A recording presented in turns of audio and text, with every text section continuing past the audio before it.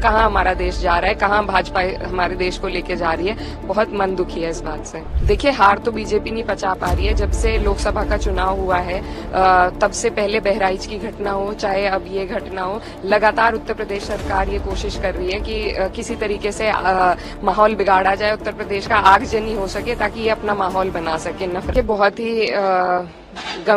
ही अफसोसजनक घटना है। इस तरीके से किसी लोकतंत्र में नहीं होना चाहिए। और आज हम संविधान दिवस मना रहे हैं और दूसरी तरफ हमारे प्रदेश की सरकार है वो रोजाना संविधान की धज्जियां उड़ाती है। और सीधा सीधा जिस तरीके से 5 लोगों की हत्या अब तक हो चुकी है गोली मारकर, तो क्या मेरे समझ में कहाँ हमारा देश जा रहा है, कहाँ भाजपा हमारे देश को लेके जा रही है। बहुत मन दुखी है इस बात से।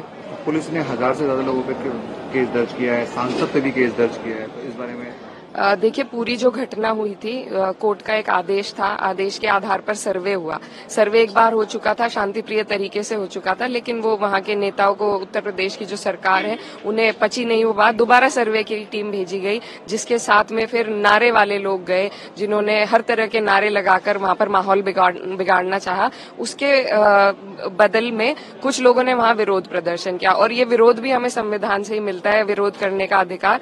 लेकिन उसके बाद प्रशासन ने जिस तरीके से कार्रवाई करी है तो बहुत ही शर्म की बात है। और ऐसे हर अधिकारी पर भी कार्रवाई होनी चाहिए जिसका इसमें षड्यंत्र में हाथ रहा है। देखिए, हार तो बीजेपी नहीं पचा पा रही है। जब से लोकसभा का चुनाव हुआ है तब से पहले बहराइच की घटना हो, चाहे अब ये घटना हो, लगातार उत्तर प्रदेश सरकार ये कोशिश कर रही है कि किसी तरीके से माहौल बिगाड़ा जाए, उत्तर प्रदेश का आगजनी हो सके ताकि ये अपना माहौल बना सके नफरत के आधार पे। डेलीगेशन जाएगा वहां पर और क्या डिमांड रहेगी? देखिए, सबसे पहले तो हम अपने लोगों के बीच में जाकर उन्हें हिम्मत देने का काम करेंगे कि उनके साथ हम खड़े हैं और जो भी उनकी मांगे होंगी, सबसे बड़ी मांग तो हम ये चाहते हैं कि न्यायालय हर उस अधिकारी पर कार्रवाई करे जिसका गलत तरीके से इसमें हाथ